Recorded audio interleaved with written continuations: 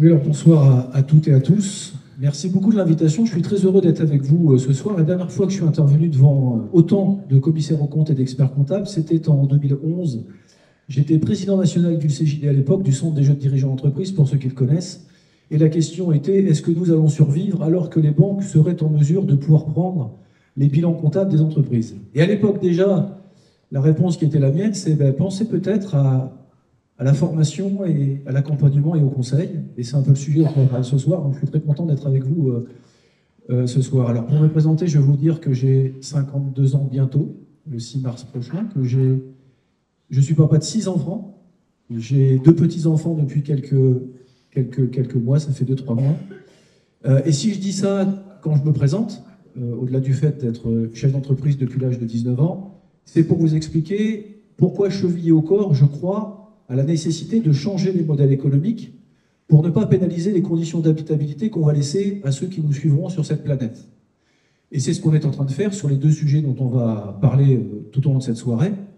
D'abord, le bilan carbone, ça fera un lien avec la problématique du changement climatique et tout ce qui se passe et que vous pouvez voir dans la presse vient nous rappeler à chaque fois qu'il y a un sujet sur les modèles économiques et l'émission des gaz à effet de serre. C'est pour ça qu'on fait des bilans carbone, pour savoir où on émet pour réduire. On en parlera en détail. Et puis le deuxième sujet dont on ne parlera pas, mais qui est un sujet aussi important que le bilan carbone, c'est le bilan biodiversité. Et ça, c'est la BPI, la Banque publique d'investissement, qui va la prendre en charge.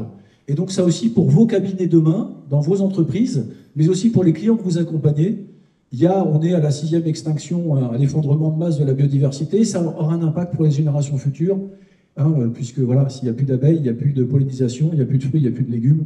Et donc, il faudra regarder ce qu'on va manger. On ne mangera pas des billets. C'est très bien de compter l'argent, c'est très bien de mesurer le résultat économique, mais personne ne pourra se nourrir avec un billet. Et donc, ces questions-là, il faut se les poser. Alors, bravo et merci à vous de vous les poser. Et puis, entrons dans le vif du sujet sur cette question du bilan carbone. Merci Michel. Avant tout, pourquoi faire un bilan carbone du coup? Alors, je vais revenir un petit peu sur ce que j'ai dit, si tu peux appuyer pour lancer. Donc, les messages clés, en fait, quand on fait un bilan carbone, d'ailleurs, vous le savez, vous le lisez, les activités humaines, recours aux énergies fossiles, c'est bien le souci du carbone.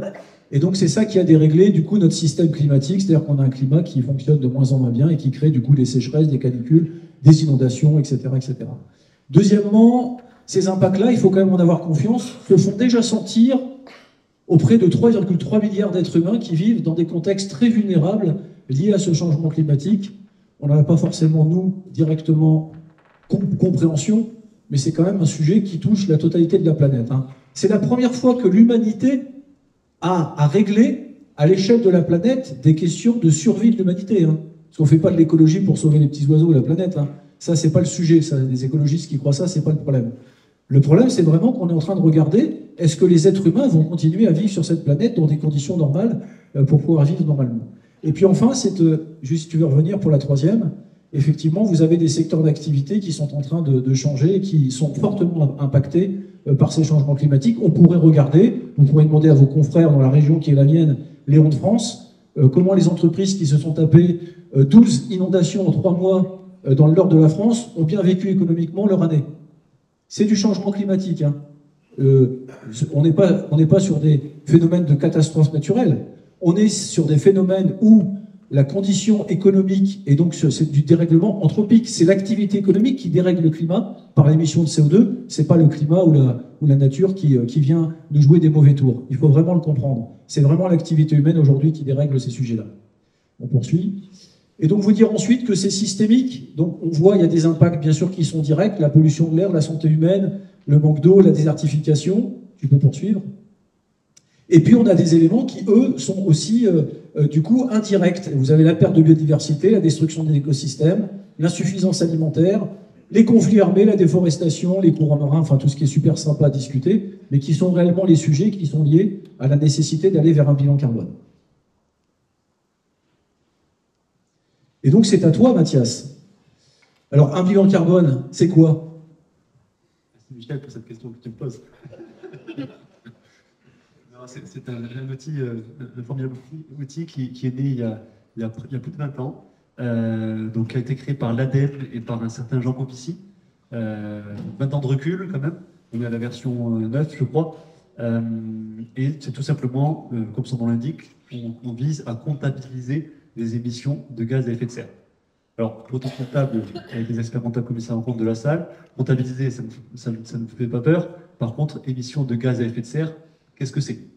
Eh bien, tout simplement, c'est tous les flux. On va cartographier l'ensemble des flux, hein, donc les flux physiques de l'entreprise, hein, à qui elle achète, à qui elle vend, comment, comment sont transportées les matières premières qu'elle utilise, les produits finis qu'elle vend, comment les salariés viennent sur place, est-ce que c'est en vélo, est-ce que c'est en avion, voilà. Et donc, on va donc cartographier tout cela et pour avoir vraiment en tête qu'il faut compter pour agir. Puisque si on ne sait pas combien on émet de gaz à effet de serre, on ne peut pas agir, tout simplement. Une fois qu'on a fait donc, cette cartographie des flux, on va comptabiliser. Donc on va par exemple prendre une donnée d'activité qui est la première, la plus évidente, c'est les consommations électriques. Hein. Donc on va prendre la facture EDF, bientôt qui sera facture électronique, donc ça sera encore plus facile. Donc on a la donnée, on fait fois un facteur d'émission, donc en fait on aura la base de l'ADEME qui nous dira exactement combien de carbone, enfin d'équivalent carbone, émet 1 kWh d'électricité. Hein. Voilà, donc c'est vraiment une multiplication. Et ensuite, une fois qu'on a cartographié donc, ces flux, on va avoir des émissions par poste. Alors, différents postes, on les a évoqués rapidement. Donc on a bien sûr le flux immobilisation. Hein. Plus l'usine est grande, plus elle va émettre de gaz à effet de serre. On a le flux des intrants, hein, donc de tout ce qui va arriver de matières premières. Le flux des déchets directs, hein, lorsqu'on est dans une usine de production, forcément on aura des déchets qu'il va falloir gérer et comptabiliser. On a l'énergie, les déplacements, le fret entrant, le fret sortant, on en a parlé. Et ensuite, bien sûr, la fin de vie des produits, puisque forcément, si je crée un produit, si je le fabrique, je le vends, mais ici, il faut gérer cette fin de vie. Michel, je vais te poser une question. À quoi ça ressemble concrètement un bilan carbone? Alors, si tu peux basculer la slide. Déjà, je vais vous parler effectivement, au regard de ce que tu as dit, Mathias, des 3 scopes. Souvent, les gens disent, hein, d'ailleurs la France, hein, regardez, le bilan carbone de la France a baissé. C'est assez facile si vous faites comme ce qu'a fait la France depuis 40 ans, c'est-à-dire externaliser ce qui coûtait cher, hein, c'est-à-dire désindustrialiser le pays en allant fabriquer dans des pays à bas coût. Et donc, du coup, on a externalisé le carbone, puisque la Chine étant devenue l'usine du monde et maintenant d'autres pays comme l'Afrique, aujourd'hui, nous, on ne fait que consommer. Et donc, le carbone, forcément, il n'est pas, enfin, des produits qu'on consomme en grande majorité ne sont pas chez nous. Et donc, ils sont en scope 3. Et donc, ce qui est important de comprendre, en fait, quand vous faites un bilan carbone dans vos entreprises, c'est surtout de le faire en scope 3. C'est-à-dire de prendre à la fois les émissions qui sont issues directement de ce que vous détenez dans l'entreprise et de ce que vous contrôlez, de ce que vous utilisez, mais aussi de ceux qui est issu de la consommation, et ça tu l'as dit, lié à l'électricité, la vapeur, la chaleur dans l'entreprise. Et enfin, là où peu d'entreprises vont, vous savez qu'aujourd'hui, le bilan carbone n'est obligatoire que pour les entreprises de plus de 500 salariés, et que même elles n'ont pas l'obligation de le faire en scope 3. Et donc c'est ça le problème. C'est que si le sujet c'est le réchauffement climatique ou le dérèglement climatique sur des émissions de CO2, et qu'on ne commence pas par mesurer dans son activité c'est quoi notre CO2 qu'on émet, comment vous voulez agir dessus? Comprendre, agir, compter. Et donc c'est vraiment sur ce sujet-là qu'il faut aller, si tu peux. Ah, merci beaucoup. Tu m'as mis la zapette pour me débrouiller moi-même, je te remercie. Alors ce qu'on a fait chez Janus, on a déjà fait 2 bilans carbone. On s'est engagé depuis 2020, on est devenu société à mission dans le cadre de la loi Pacte. Et donc, on a commencé par faire ça dès 2021, premier bilan carbone, et ensuite, on a continué l'année dernière. Tous les 2 ans, en fait, on fait un bilan carbone en scope 3. Et vous allez voir, c'est assez intéressant. Pourquoi je vous parle de ça et de scope? C'est qu'une entreprise comme la nôtre aurait pu dire, ce que fait beaucoup, hein, ce que font beaucoup de gens, hein, tiens, on va passer notre contrat énergie vert, on va changer les ampoules OLED dans le cabinet, c'est formidable, on va réduire l'empreinte carbone, on va mettre le chauffage à 19 degrés. Je ne dis pas qu'il ne faut pas le faire. Je ne dis pas que tout ce qui est fait, c'est pas formidable. Je ne dis pas qu'il faut faire son colibri. Je dis juste que, qu'est-ce qu'on vise? Si on vise à réduire les impacts, ben quand vous faites dans une entreprise du bâtiment, ce qui est la nôtre, hein, Janus France, 10 salariés, 1,5 million d'euros de chiffre d'affaires, menuiserie, serrurerie, vitrerie, on achète, on pose, et puis on gère les déchets de nos clients. Vous faites votre carbone en scope 3, et ben vous cumulez achat, frais, déplacement, 76 plus 12 plus 6. Je ne fais pas l'addition, vous saurez mieux la faire que moi, c'est votre métier au quotidien. Mais vous voyez bien que vous avez là 80 Aidez-moi, 76, 12 et 6. Merci. Vous avez 94% de carbone dans votre activité qui est issu sur vos achats. Ah, tiens, ça va être intéressant ça. Est-ce qu'on peut développer une démarche d'achat responsable pour regarder avec nos fournisseurs ce qu'on achète, où on achète, d'où ça vient, et est-ce qu'on peut réduire son carbone par ses achats? La réponse est oui. On met en place une politique d'achat responsable. On n'achète que français, ce que l'on fait depuis maintenant 10 ans. On prend des fournisseurs en proximité. On s'interdit d'avoir des fournisseurs, si possible, à moins de 80 km. Et c'est une démarche qui permet d'avoir un impact sur le carbone bien plus important. Et c'est ça, selon moi, qui est, à mon avis, intéressant à faire. Si on creuse encore le sujet, on peut avoir, ça aussi, je vous le dis à titre d'information, c'est intéressant quand vous faites un bilan carbone, regardez ce que vous souhaitez avoir comme facteur d'intensité. Quel élément pour vous carbone il est intéressant d'avoir? Et on peut avoir, je vous donne un titre d'exemple, mais on en a des centaines, avoir 1 kg CO2 par millier d'euros de CA qu'on fait. Ah, quand on vend 1000 euros à nos clients, c'est quoi l'impact carbone? C'est un facteur intéressant. Deuxième élément, par facture, c'est quoi notre tonne carbone par facture émise? Troisième élément, c'est quoi le tonne CO2 par salarié dans l'entreprise? Mais encore, comme on fait des interventions, puisqu'on a des marchés à bon de commande, eh ben nous avons sorti quelle est la tonne de CO2 en équivalent par intervention réalisée. Et tout ça, ça nous permet d'avoir une démarche assez poussée sur la réduction carbone, et j'en terminerai ici, de pouvoir aller jusqu'au niveau de regarder sur nos déchets. Donc dans le bâtiment, on a beaucoup de déchets, on n'est pas très exemplaire. On enfoue 400 000 tonnes de menuiserie sous terre chaque année. On ne recycle que 4% du verre à plat quand on embête le particulier à aller mettre dans la boîte à verre ses bouteilles de verre. Le secteur du bâtiment est absolument pas exemplaire sur la transition écologique. Il dit beaucoup de choses, mais il n'en fait pas assez, à mon sens. Ça n'est que mon avis. Hein, mais... Et donc, ce qui est intéressant quand vous regardez les déchets, c'est aussi d'aller pouvoir voir quel est l'impact du carbone sur les déchets. Et là, vous voyez, si vous prenez par exemple le verre, qui justement va sous terre, il a un impact énorme. C'est que le verre, qui représente 25% du tonnage de nos déchets, c'est 46% des émissions de gaz à effet de serre des déchets. C'est-à-dire que vous avez un quart de vos déchets qui représentent 50% des émissions de gaz à effet de serre sur vos déchets. Et donc vous pouvez dire, bah tiens, parce qu'il y a un lien qui est quand même intéressant à faire, je vous parlais tout à l'heure de biodiversité, moi c'est mon dada, c'est l'économie au service de la vie, c'est le vivant qui m'intéresse, aussi bien les êtres humains que non humains, mais c'est vraiment le vivant. Quand vous travaillez à la réduction carbone, vous servez la biodiversité, vous servez le vivant. Quand vous allez travailler à réduire le carbone sur le verre en trouvant une entreprise qui recycle le verre, ou comme on l'a fait avec le PVC, nous n'enfouissons plus depuis 2021 aucun gramme de plastique sous terre. Aucun.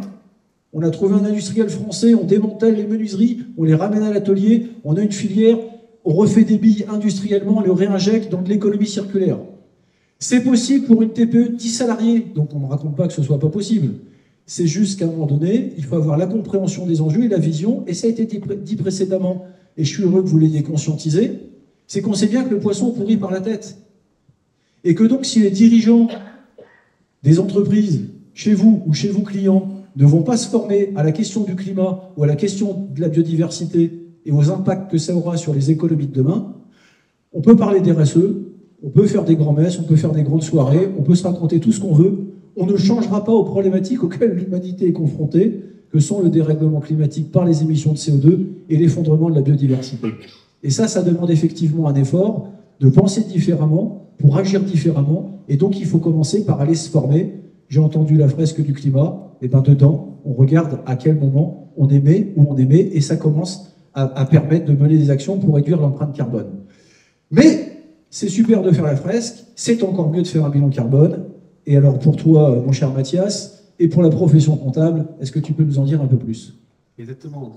Pour les experts comptables, quel peut être l'impact du bilan carbone? Et bien tout simplement, on a un rôle sociétal en tant que chef d'entreprise, c'est-à-dire mesurer pour agir, donc déjà pour faire le propre impact carbone de nos cabinets. Ensuite, dans un second temps,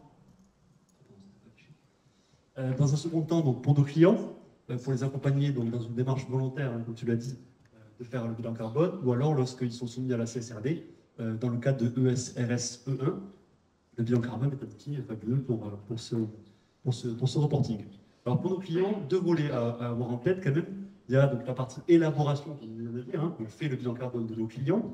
Et maintenant, le Conseil national a sorti un deuxième stade qui est la partie évaluation du bilan. Alors là, en tant que conférencier, vous allez de suite voir la différence. Hein. Il y a d'abord faire les comptes, hein, l'expert comptable, et ensuite l'auditer, le certifier, le commissaire aux comptes. Hein. Donc voilà, vraiment, c'est remis quand même dans un pendant de comptabilité financière. Donc voilà, on a à faire le bilan, l'évaluer, avec bien sûr des garanties d'indépendance et confiance des parties prenantes. Donc, je vous invite à aller voir sur le site internet qui a été donc sorti par le CNO et l'association qui gère la marque Bilan Carbone aujourd'hui. En dernier slide, si vous n'êtes pas encore convaincu de l'intérêt de faire un bilan carbone pour votre cabinet, et en tant qu'expert comptable, pourquoi vous l'êtes aujourd'hui pourquoi vous êtes aujourd'hui concerné, je vais vous lire les principes du bilan carbone. Alors, exactitude, exhaustivité, pertinence, vérification. Moi, ici, je vois les principes comptables qui s'appliquent à la comptabilité générale et financière. Donc voilà, vraiment, il y a un lien entre comptabilité extra-financière et comptabilité financière. Et à nous de faire bouger les choses toutes et tous. Merci Michel. Je t'en prie, avec plaisir.